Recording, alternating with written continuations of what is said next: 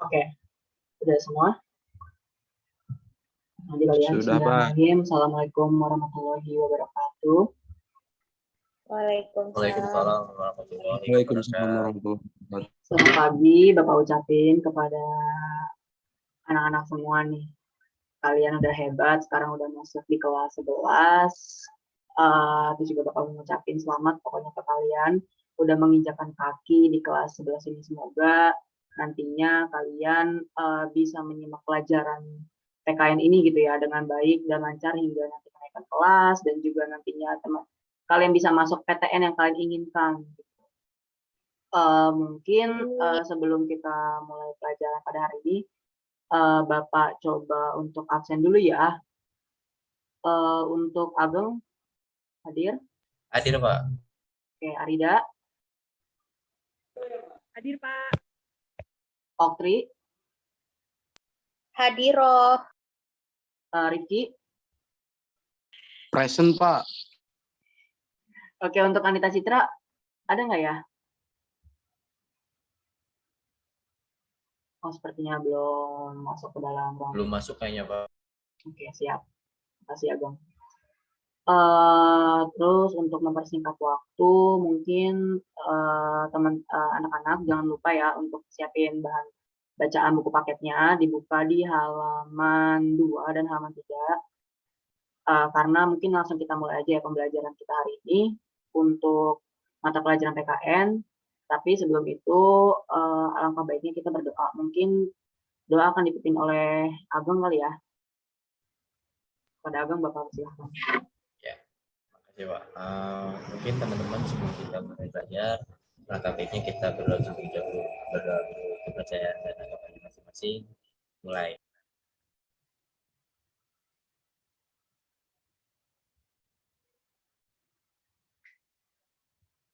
Selesai. Oke, terima kasih Ageng yang telah membacakan doa untuk kita semua. Mungkin langsung aja kayak untuk pelajaran kita pada pagi hari ini, kita akan membahas materi baru nih di kelas 11 gitu, tentang penegakan hak asasi manusia Indonesia. Kelihatan kan ya PPT Bapak di kalian? Kelihatan, Pak. Kelihatan, Pak. Oke, makasih tanggapannya. Di sini ada apa sih yang kalian ketahui gitu tentang kasus pelanggaran HAM di Indonesia?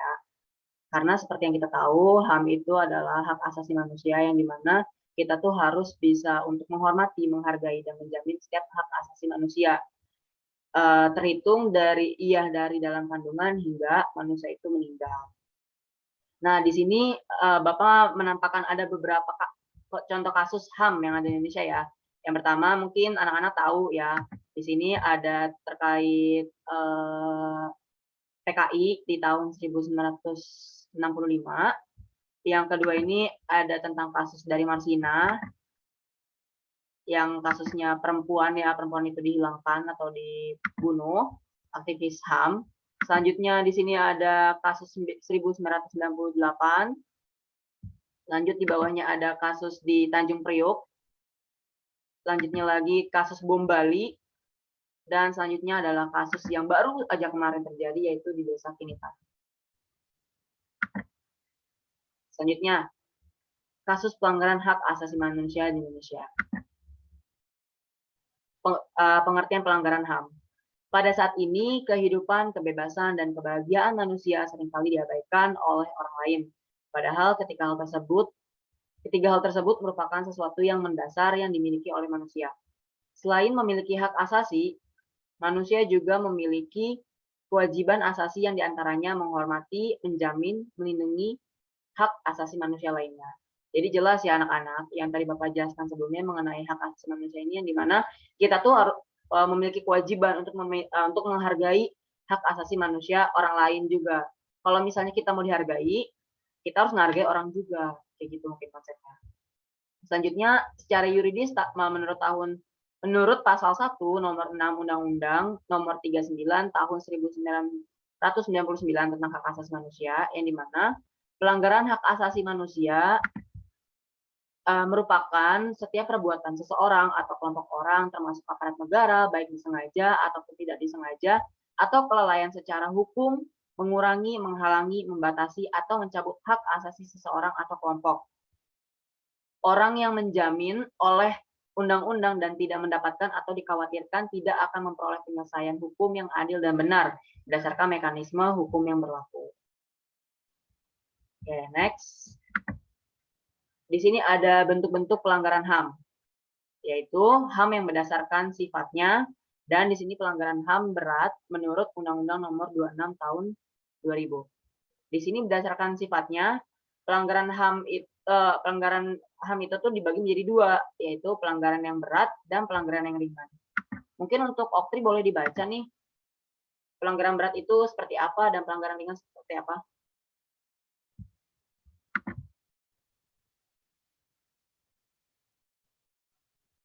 Bikin. Boleh ngomong, Pelanggaran berat itu pelanggaran HAM yang mengancam nyawa manusia seperti pembunuhan, penganiayaan, perampokan, perbudakan, dan penyanderaan dan lain sebagainya. Sedangkan pelanggaran ringan itu pelanggaran HAM yang tidak mengancam nyawa manusia. Namun apabila tidak segera ditangani maka akan berbahaya. Contohnya kelalaian pemberian pelayanan kesehatan, terus pencemaran lingkungan dan lain sebagainya gitu, Pak. Oke, makasih Oktri yang sudah membacakan. Jadi jelas ya anak-anak, berdasarkan sifatnya itu ada dua, yaitu pelanggaran berat dan pelanggaran ringan. Mungkin kalian bisa baca aja. Lalu di sini ada pelanggaran HAM nih menurut Undang-Undang Nomor 26 Tahun 2000. Anak-anak ada yang tahu pengertian dari kejahatan manusia dan kejahatan genosida? Tahu, Pak. Oke, coba Riki disebutin kejahatan genosida itu apa dan kejahatan kemanusiaan itu apa? Baik, Bapak izin menjawab terkait dengan Undang-Undang Nomor 26 Tahun 2000 ini, terkait dengan pengadilan HAM dapat diklasifikasikan menjadi dua, yakni yang pertama ada kejahatan genosida yang memiliki artian sebagai perbuatan yang dilakukan dengan maksud untuk menghancurkan ataupun memusnahkan seluruh atau sebagian kelompok bangsa, ras, kelompok, etnis, dan agama. Nah, yang kedua ada kejahatan terhadap manusia, yakni merupakan perbuatan yang dilakukan sebagai bagian dari serangan yang meluas atau sistematik yang diketahuinya bahwa serangan tersebut ditujukan secara langsung terhadap penduduk sipil. Mungkin sekian Pak dari Rifki. Bagus banget Rifki, terima kasih Rifki atas penjelasannya. Sudah jelas ya anak-anak, jadi kejahatan genosida dan kejahatan kemanusiaan yang tadi dijelaskan oleh Rifki. Selanjutnya, di sini kan ada bentuk-bentuk pelanggaran HAM nih. Biasanya tuh ada beberapa bentuk-bentuk pelanggaran HAM yang biasa terjadi. Mungkin ada yang tahu bentuk-bentuk pelanggaran HAM yang biasa terjadi itu ada apa aja? Mungkin saya pengen coba jawab deh, Pak. Oke, silakan Ageng. Di sini dalam bentuknya yang saya tahu itu ada dua, Pak. Yang pertama itu ada diskriminasi, terus yang kedua itu ada penyiksaan. Nah, diskriminasi itu sendiri adalah sebuah pembatasan ataupun pelecehan atau pengucilan yang langsung maupun tidak langsung didasarkan pada suatu perbuatan ataupun adanya perbedaan di antara manusia. Kemudian untuk penyiksaan itu sendiri adalah suatu perbuatan yang dilakukan dengan cara sengaja atau sengaja sehingga menimbulkan rasa sakit atau penderitaan baik jasmani ataupun rohani kepada memperoleh pengakuan dari keterangan atau pengakuan dari orang lain. Mungkin itu aja Pak jawaban dari saya. Oke, makasih Ageng. Jadi Bapak perjelas lagi ya. Jadi bentuk pelanggaran HAM ini tuh biasanya terjadi ada dua.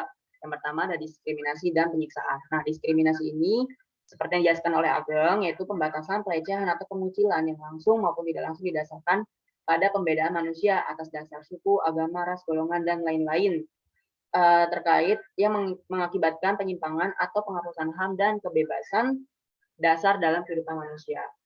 Nah, diskriminasi ini banyak yang biasa terjadi di Indonesia, jadi anak-anak ya. Contohnya itu misalnya nih kayak pembatasan apa namanya orang Papua ini untuk duduk di kursi DPR RI dan sebagainya. Terus ada penyiksaan. Nah, penyiksaan ini contoh kecilnya yaitu adalah kasus bullying yang dimana mungkin kalian bisa tahu gitu ya kalau misalnya kasus bullying ini banyak terjadi di Indonesia. Contohnya di sekolah-sekolah gitu banyak banget anak misalnya kayak kakak kelas ini yang ngebully adik kelasnya. Ini tidak boleh anak-anak untuk dilakukan karena termasuk ke dalam bentuk-bentuk pelanggaran HAM. Oke. Lanjut ya. Yang kedua di sini ada contoh pelanggaran kasus HAM di Indonesia. Nah, penyebab pelanggaran HAM itu biasanya ada dua, yaitu faktor internal dan faktor eksternal. Faktor internal itu adalah faktor yang berasal dari dalam, yaitu contoh dari dalam diri manusianya itu. Contohnya itu sikap egois dan mementingkan diri sendiri, rendahnya kesadaran HAM, dan sikap intoleransi. Selanjutnya ada faktor eksternal, yaitu faktor yang berasal dari luar. Contohnya yaitu ada penyalahgunaan kekuasaan, tidak adanya penegasan hukum, penyalahgunaan teknologi, dan kesenjangan sosial dan ekonomi.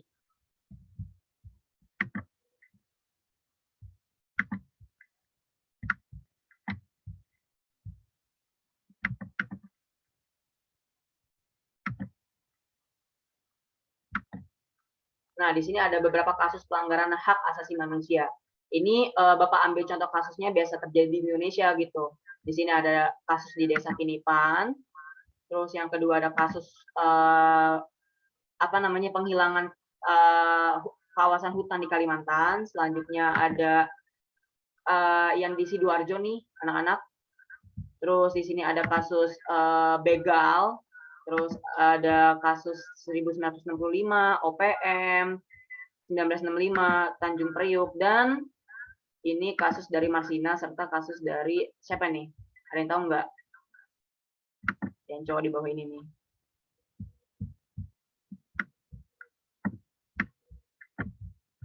Oke, next slide. Di sini ada upaya penegakan HAM di Indonesia. Yaitu gimana sih caranya biar HAM ini tuh tegak gitu, biar setiap orang itu dapat menjamin apa ya, menjamin hak asasi manusia orang lain kayak gitu. Yaitu di sini di Indonesia tuh dibentuk Komnas HAM. Komnas HAM merupakan lembaga negara mandiri setingkat lembaga negara yang lain yang berfungsi sebagai lembaga pengkajian, penelitian, penyuluhan, pemantauan, dan mediasi HAM. Terus di sini upaya penegakan HAM di Indonesia itu ada pembentukan pengadilan HAM. Pengadilan HAM bertugas memberi wewenang, memeriksa, dan memutuskan perkara pelanggaran HAM yang berat. Di samping itu, wewenang lainnya memeriksa dan memutus perkara pelanggaran HAM. Jadi kalau misalnya ada nih pelanggaran HAM yang sifatnya berat gitu kan, yang sebelumnya dijelaskan oleh Okri, yang dijelaskan oleh Okri, di mana pengadilan HAM ini nantinya akan memeriksa dan memutuskan perkara pelanggaran HAM yang berat itu atas orang yang melakukan pelanggaran terhadap HAM orang lain. Lalu yang ketiga ada pembentukan instrumen HAM. Instrumen HAM merupakan alat menjamin proses perlindungan dan penegakan HAM. Instrumen HAM berupa peraturan perundang-undangan dan lembaga-lembaga penegak HAM. Yaitu diatur di Indonesia itu diatur dalam beberapa peraturan, yaitu amandemen Undang-Undang Dasar 1945, ketetapan MPR tentang HAM. Yang ketiga ada Undang-Undang Nomor 39 tahun 1999 tentang HAM. Lalu yang keempat ada Piagam HAM tahun 1998. Yang kelima ada ratifikasi HAM dari hukum internasional, dan yang keenam ada Perpu Perlindungan Anak. Nah, Perpu Perlindungan Anak ini diatur dalam Undang-Undang Nomor 35 Tahun 2014. Selanjutnya, di sini ada upaya penanganan kasus pelanggaran HAM. Ini tuh yang dilakukan oleh negara untuk menangani gimana sih kasus pelanggaran HAM ini agar bisa terselesaikan atau bisa dicegah. Yaitu yang pertama dengan melakukan supremasi hukum dan demokrasi harus ditegakkan. Lalu yang kedua ada meningkatkan kualitas pelayanan publik. Yang ketiga ada peningkatan pengawasan dari masyarakat dan lembaga-lembaga publik. Yang keempat ada memasukkan prinsip-prinsip HAM kepada masyarakat melalui pendidikan formal. Dan yang kelima ada meningkatkan profesionalisme lembaga keamanan dan pertahanan negara. Selanjutnya nih, ada penanganan kasus pelanggaran HAM di pengadilan HAM. Yang dimana tadi kan Bapak udah jelasin nih, pengadilan HAM itu diatur dalam Undang-Undang Nomor 26 Tahun 2000. Nah, adapun penyelidikan HAM berat, pelanggaran HAM berat dilakukan oleh Komnas HAM. Sebagai hasil penyelidikan Komnas HAM berupa laporan pelanggaran HAM yang berkasnya dikirimkan ke Jaksa Agung yang bertugas sebagai penyidik. Adapun prosesnya nih, mungkin boleh dibacain kali ya sama Arida. Prosesnya apa aja? Halo Arida.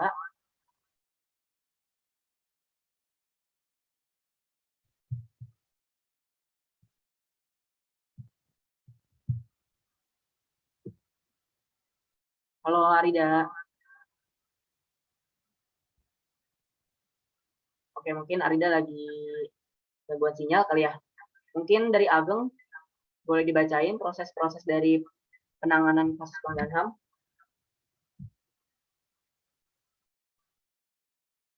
Ya, baik Pak. Izin membacakan tentang proses-prosesnya. Yang pertama itu ada proses penuntutan perkara dilakukan oleh Jaksa Agung yang dibantu oleh ad hoc yang terdiri dari pemerintah dan masyarakat. Kemudian yang kedua, pelanggaran diperiksa dan diputuskan oleh pengadilan HAM yang dilakukan oleh Majelis Pengadilan HAM. Dalam perkara pelanggaran HAM berat dapat diajukan banding ke pengadilan tinggi. Terus dalam poin yang ketiga itu pemeriksaan perkara pelanggaran HAM di pengadilan tinggi dilakukan oleh majelis hakim. Dalam perkara pelanggaran HAM berat dapat dimohonkan kasasi ke Mahkamah Agung untuk diperiksa dan diputus. Dan yang keempat, pemeriksaan perkara pelanggaran HAM berat di MA dilakukan oleh majelis hakim. Mungkin itu aja, Pak. Oke, makasih Ageng yang udah membacain tentang proses dari penanganan kasus pelanggaran HAM. Jelas ya. Jadi yang pertama ada proses penuntutan perkara, lalu yang kedua ini pelanggaran HAM itu diperiksa dan diputuskan oleh pengadilan HAM. Yang ketiga ada pemeriksaan perkara pelanggaran HAM di pengadilan tinggi dan sebagainya, bisa kalian baca. Dan yang keempat ada pemeriksaan perkara pelanggaran HAM berat di Mahkamah Agung yang dilakukan oleh majelis hakim. Oke. Mungkin itu aja materi dari Bapak hari ini. Selanjutnya, Bapak akan memberikan kalian evaluasi mengenai pelajaran kita hari ini. Di sini kan tadi jelasin ya sama Riti, ada pelanggaran HAM berat itu dibagi menjadi dua, yaitu kejahatan genosida dan kejahatan kemanusiaan.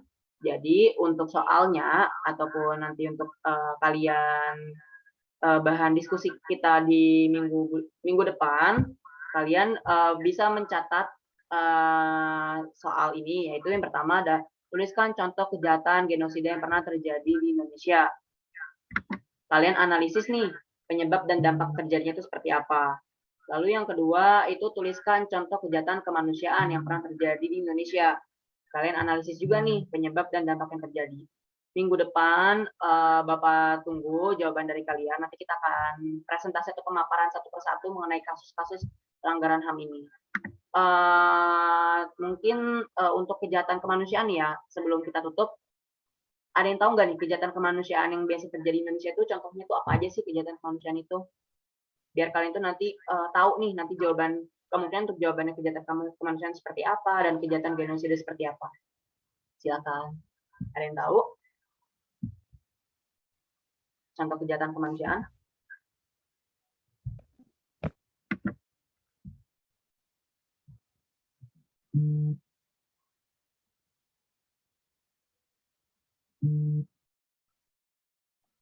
Halo, ada yang tahu nih terkait kejahatan kemanusiaan? Contohnya apa aja? Saya Pak. Oh, silakan Arida. Ya, contoh kejahatan kemanusiaan itu ada pembunuhan, pemusnahan, perbudakan, pengusiran atau pemindahan penduduk secara paksa, sama perampasan hak bebas berpendapat, Pak. Oke, makasih Arida. Jelas ya, anak-anak. Jadi tadi untuk kejahatan kemanusiaan sudah dijelasin sama Arida. Ada 5, yaitu pembunuhan, pemusnahan, perbudakan, pengusiran atau pemindahan penduduk secara paksa, dan perampasan hak bebas berpendapat. Kalian bisa nyontoh tadi jawaban dari Arida atau kalian bisa cari kasus yang lainnya. Mungkin itu aja ya anak-anak untuk pertemuan kita pada hari ini. Sebelum Bapak tutup nih, ada yang ingin bertanya mengenai materi hari ini? Aku, Pak, aku. Asik, oke. Saya, Pak. Silakan. Izin bertanya, Pak. Mau nanya aja sih, kenapa sih, Pak, masih ada kejahatan yang masih ada pelanggaran HAM gitu tuh? Padahal kan bukan sudah diatur ya dalam undang-undang. Oke. Jadi, kenapa sih pelanggaran HAM ini masih terjadi gitu di Indonesia? Khususnya gitu ya di negara kita. Pelanggaran HAM ini masih terjadi di Indonesia karena ada beberapa faktor. Yang pertama tuh, tadi kan ada dari faktor internal dan eksternal. Udah Bapak jelasin sebelumnya ya kayaknya nih. Ada di BPT. Bapak coba ke atas lagi. Nah, di sini kan ada faktor internal dan eksternal. Yaitu dari faktor internalnya sendiri, sikap egois dan mementingkan diri sendiri, rendahnya kesadaran HAM, dan sikap intoleransi. Lalu ada faktor eksternal nih, ada penyalahgunaan kekuasaan, tidak adanya penegasan hukum, dan penyalahgunaan teknologi, serta kesenjangan sosial dan ekonomi. Nah, di sini tuh faktor yang pentingnya banget itu selain ini semua yaitu sikap dari diri sendiri gitu. Yang dimana kita sebagai individu kan pasti pengen banget nih dihargai sama orang lain gitu kan, pengen dihormati sama orang lain. Dalam arti bukan dihormati tuh kayak kita tuh gila hormat, bukan ya, tapi kita tuh seperti apa ya, kayak misalnya nih ada orang yang lebih tua kayak gitu kan, ada orang lebih tua, kita seenggaknya salim kan untuk menghormati beliau dan sebagainya. Kayak gitu. Jadi dari diri kita sendiri nih ya langkah pertamanya kita harus menghormati orang lain kalau kita mau dihormati. Kayak gitu sih mungkin Oktri untuk jawaban singkatnya mah. Jelas? Oke, Pak. Terima kasih jawabannya. Sangat amat Oke, jelas. makasih Oktri. Oke, selain Oktri ada yang mau tanya lagi nggak nih? Oke, nggak ada ya. Karena di sini Cukup, udah jam 10:07, kalian kan pasti juga ada pelajaran yang lainnya. Untuk tadi tugas evaluasi, Bapak tunggu jawaban terbaik kalian gitu kan. Minggu depan kita akan diskusi di depan kelas, dan kalian akan memaparkan hasil jawaban kalian ke teman-teman yang lainnya. Mungkin itu aja dari Bapak, kurang lebihnya mohon maaf. Assalamualaikum warahmatullahi wabarakatuh. Waalaikumsalam Waalaikumsalam warahmatullahi wabarakatuh. Terima kasih Bapak Putra Ya, terima kasih juga. Ferdiansa. Semangat ya belajarnya ya. Makasih Bapak.